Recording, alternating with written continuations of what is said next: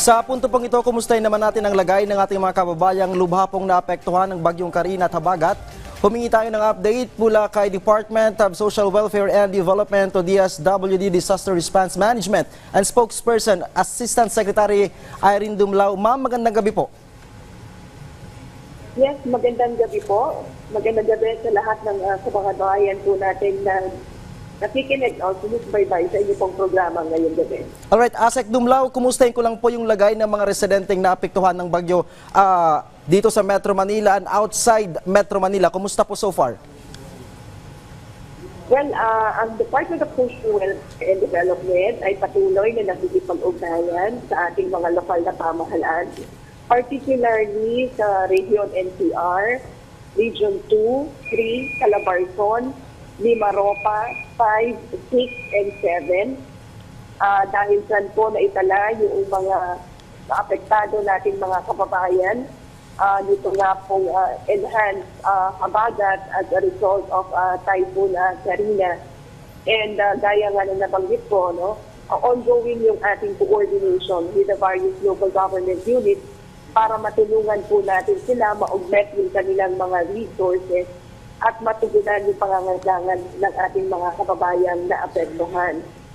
Sa kasalukuyan po, mahigit 647,000 pesos worth of initial humanitarian assistance ang ating na pong naipahatid dito sa mga naapektuhan. At as we speak, patuloy pa rin po tayong nagpapahatid ng mga family food packs and non-food items in those areas that I've mentioned, dahil meron din po tayong mga naitala na mga internally displaced and families sa mga iba't ibang evacuation centers and likewise outside evacuation centers.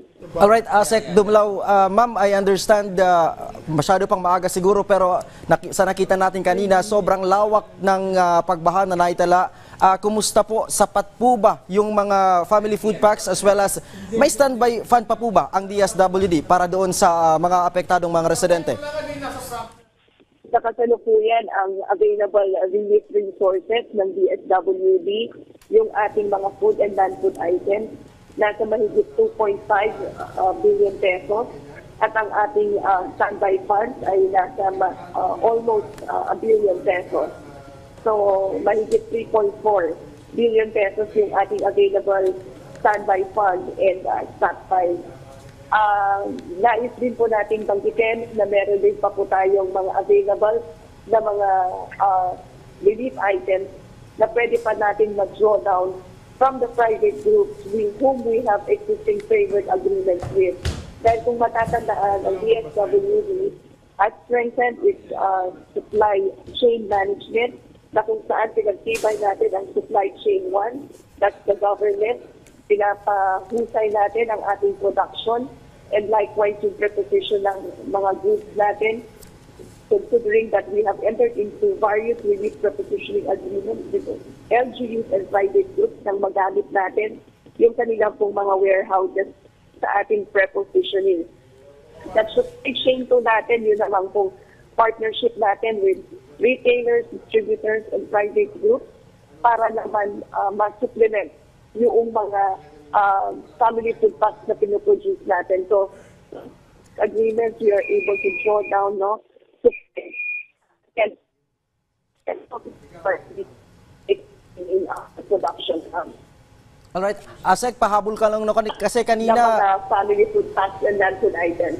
Oh, yes po, Asek, pahabol ko lang po kasi kanina as early this afternoon, nanawagan na po ng karagdagang tulong ang Marikina City. Nakipag-ugnayan na po ba sa inyo ang lokal na pamahalaan para sa dagdag tulong na kanilang hinihingi?